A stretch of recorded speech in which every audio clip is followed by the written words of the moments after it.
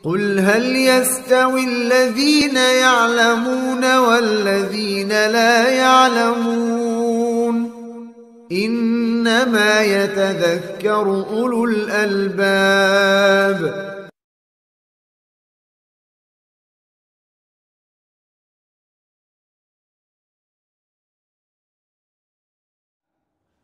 Yang sering kita dengar penghapus dosa, jarang yang mengkaji tentang penghapus pahala.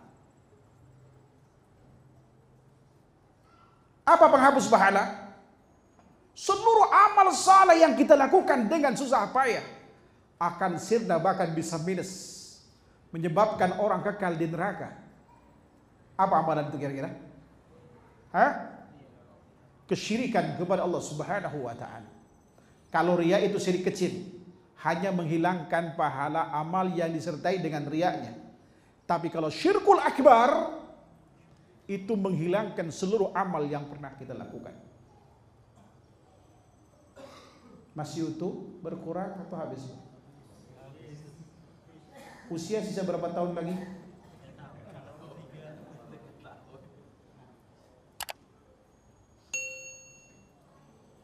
Ya pada hawar sekalian, ya Allah Subhanahu wa ta'ala. Syirik. Jangan kemudian kita yang nyundah mengatakan, alhamdulillah, insya Allah saya tidak akan melakukan kesyirikan. Sahabat mulia Abdullah bin Abbas itu pernah mengatakan, menggambarkan tentang syirik itu. Betapa samarnya kesyirikan. Potensinya akan terjadi setiap individu manusia, tidak mustahil itu melakukannya. Tentunya yang tidak disadari. Beliau gambarkan seperti anak semut hitam di atas batu hitam di kegelapan malam. Jangankan seperti anak semut hitam. Antum pernah lihat orang Afrika? Hitamnya itu sama kayak gini. Yang kelihatan putih cuma giginya doang. Yang mengatakan itu ada sahabat mulia sekelas Abdullah bin Abbas, yang sangat paham terhadap Al-Quran. Hanya 2 kalimat di Al-Quran yang beliau tidak mengetahui. Sangat akrab dengan hadis Nabi SAW. Berbicara itu di komunitas bina atau salam, paling tidak di situ ada kibarut tabi'in. Arti terancam untuk melakukan kesyirikan itu besar di kalangan mereka. Kalau sekelas generasi hebat ini, generasi emas Islam, sahabat dan tabi'in berpotensi untuk melakukan itu, apalagi kita yang jauh kemana-mana dari mereka, baik secara akidah ataupun ibadah praktis kita, jauh dari Al-Quran, jauh dari sunnah Rasulullah SAW. Apalagi yang sunnahnya ikutin cuma istrinya 4 doang. Ada ikhwan minta, dia pengusaha katanya, pengen poligami, cari akhwat yang ngerti sunnah. Saya lihat jenggotnya nggak ada, pakai nggak syar'i, gimana? Tolong kasih biodata yang jelas. Dan ada akhwat yang siap itu. Saya bilang nanti dulu, saya clearkan dulu. Kalau tidak, saya nggak mau. Karena tanggung jawab saya berat. Ini kerjaan sampingan saya. Dititipin orang biodata, ya kan? Yang belum nikah bisa sama saya, tinggal comblangnya aja, ya kan?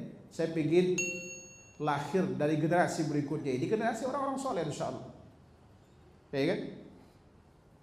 Tapi terkadang ikhwan gak jujur, pengen awalnya yang penting nyona ustad kan enak tuh judulnya, yang penting cewek ngerti agama, begitu dikasih tolak, kasih tolak, kasih tolak. Ternyata begitu saja, pengennya yang cantik, putih, tinggi, kaya.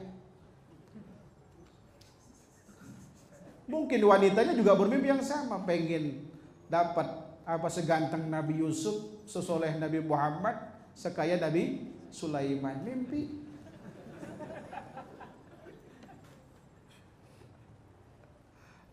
Ya kan? Ini kesyirikan sangat samar.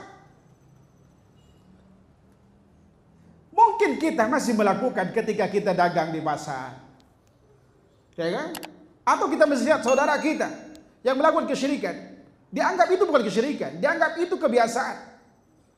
ketika barang dagangan tidak laku, biasakan berbagai macam cara dia melobi orang, merayu orang supaya membeli barang dagangannya. Ketika dibeli, ya kan? Ketika dibeli, dia dengan senang hati dia pegang tuh duit, bilang laris. Bukankah ini kesyirikan? Atau yang nggak punya anak, lama nggak punya anak, sedih, apalagi mertua nyuruh suaminya nikah lagi. Datang kawannya, kenapa kamu sedih? Iya, sudah lama nih udah nikah 9 tahun nggak hamil. Suami saya disuruh nikah lagi sama mertua saya. Gampang, kamu baru 9 tahun, teman saya lebih dari itu.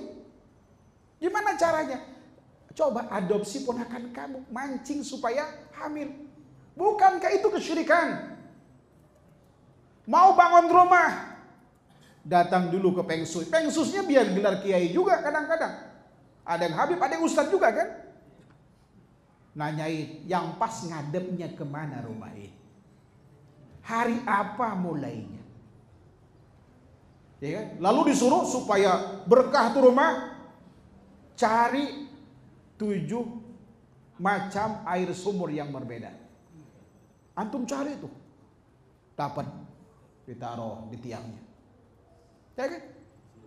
Atau kemudian mencari air kali beradu. Tahu kali beradu? Saya baru tahu istilah Betawi beradu itu. Jadi kali satu, kali yang 2 kali bertemu muara.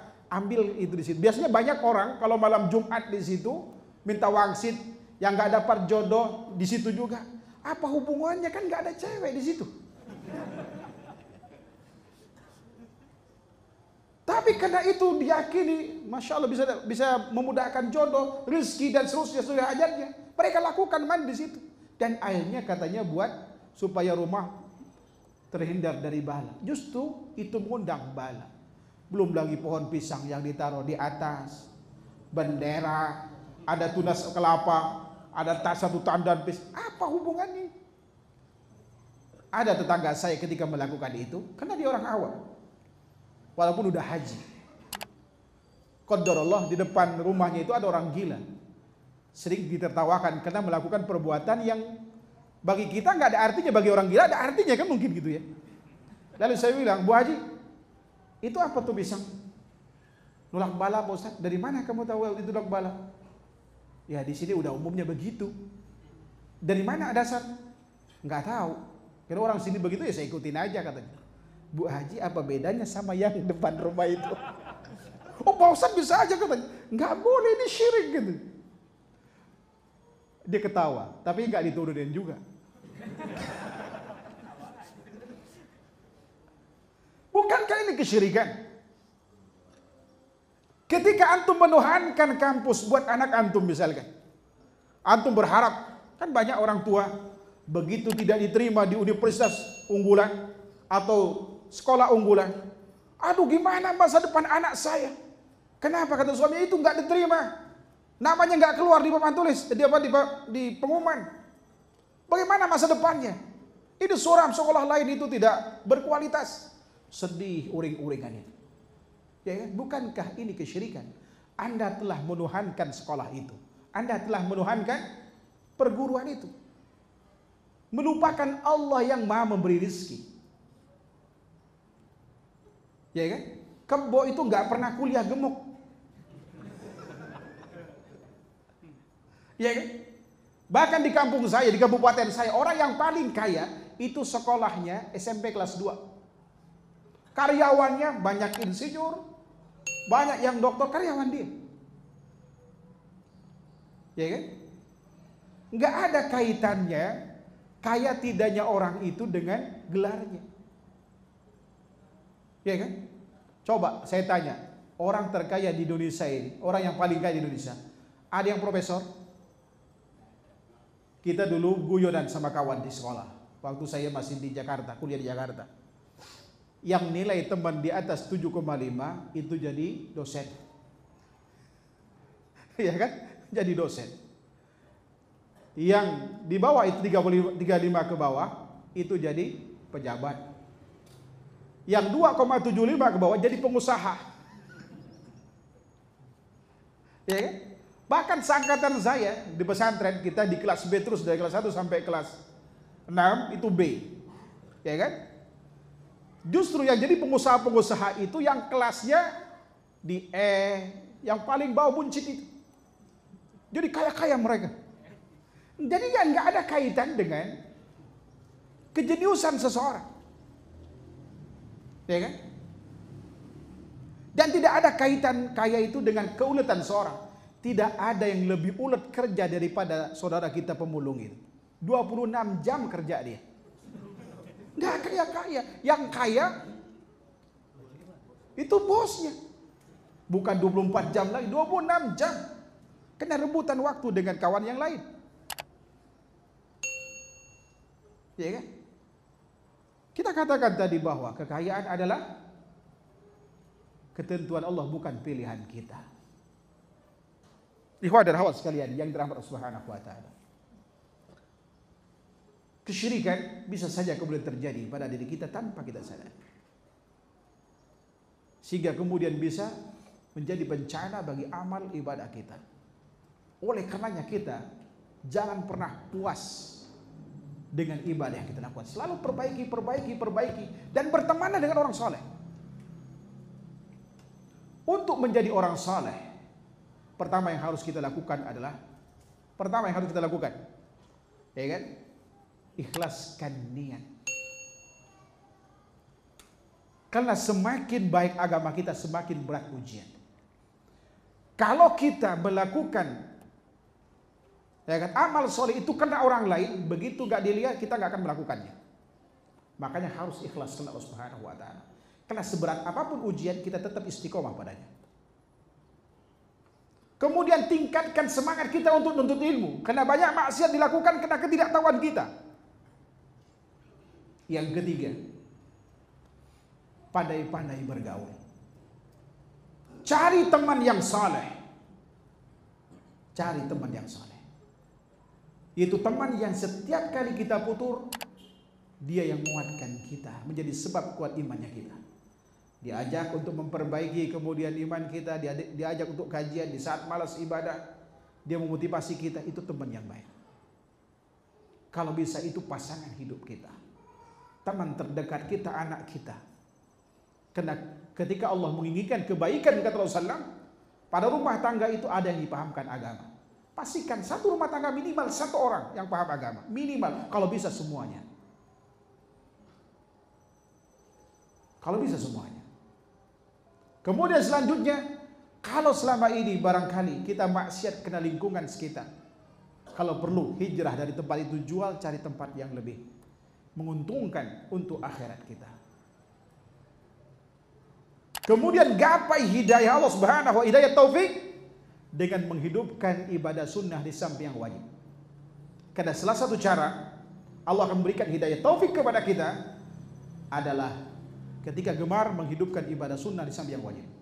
Sebagaimana potongan hadis riwayat Imam Bukhari dalam sebuah diskusi Allah Subhanahu wa taala Rasulullah bersabda, la yazalu abdi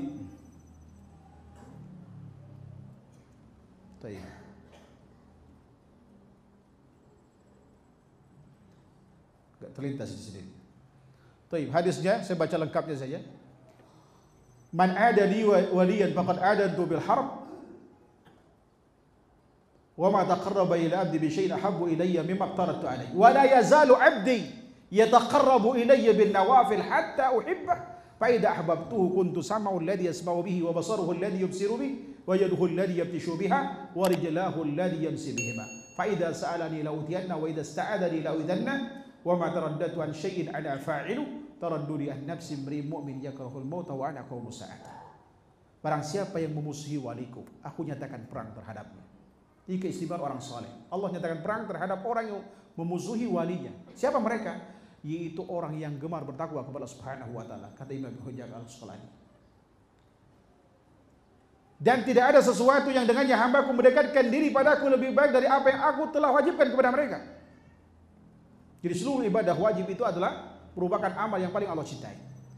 Dan semasih hambaku mendekatkan diri padaku dengan ibadah sunnah di samping yang wajibnya sampai aku mencintainya. Kalau aku mencintainya, maka pendengaran yang dengan yang mendengar adalah aku, begitu pula penglihatan, tangan keduanya dan kedua kakinya yang berjalan adalah aku. Kata para ulama, artinya orang ini akan senantiasa dalam hidayah taufik Allah Subhanahu wa taala. Sehingga pendengaran, mata dan kedua tangannya dan kedua kakinya tidak akan digunakan kecuali dalam ridha Allah Subhanahu wa taala. Tidak cukup di situ, Allah akan jadikan kondisinya mustajab doa. Dia orang saleh. Kita dengar kajian 1 dari 3 orang, ya kan, yang dibolehkan bertawasul pada siapa? 1 dari 3 tawasul syar'i yang dibolehkan adalah bertawasul dengan orang saleh yang masih hidup. Siapa orang saleh itu? Orang saleh itu bisa teman kita, bisa pasangan hidup kita, bisa anak kita, sepanjang mereka gemar menghidupkan ibadah sunnah di samping yang wajib, dia mustajab doa. Nggak perlu jauh-jauh pergi ke gunung mana kemana gitu kan, mencari berkah kiai dan seterusnya. Bisa jadi orang soleh dekat kita. Itu orang yang gemar menghidupkan ibadah sunnah. Doanya mustajab, bukan hanya untuk dirinya, tapi di saat ada orang lain minta doakan kepadanya, insya Allah Allah akan kabulkan. Dan apabila dia minta perlindungan kepada aku, akan berikan perlindungan kepadanya. Dan aku tidak pernah ragu melakukan sesuatu yang harus aku lakukan, seperti raguku ketika mencabut nyawa seorang mukmin yang tidak menghendaki kematian. Dan aku tidak mau menyakitinya. Artinya saking sayangnya Allah Subhanahu wa taala kepada orang saleh itu yang gemar menghidupkan ibadah sunnah di samping yang wajib, Allah cabut, ya kan, dengan sakaratul maut yang paling ringan. Ini keutamaan menjadi orang saleh. Mudah-mudahan kita termasuk orang yang mendapatkan senantiasa hidayah dari Allah Subhanahu wa taala, sehingga sampai tutup usia, ya kan, kita husnul khatimah. Di samping itu, kita tingkatkan keimanan kita kepada Allah dan iman kita kepada yaumil akhir. Kenapa sahabat mulia Amr bin Jumuh dengan kondisi cacat tadi, dengan kondisi fisik yang tidak memungkinkan untuk ikut perang, tapi tetap ngotot ikut perang, pengen mati syahid, karena beliau tahu karena kuatnya iman dia kepada Allah Subhanahu wa taala dan imannya kepada yaumil akhir. Di sana ada surga. Itu yang membuat beliau mau berkorban hatta jiwanya sekalipun.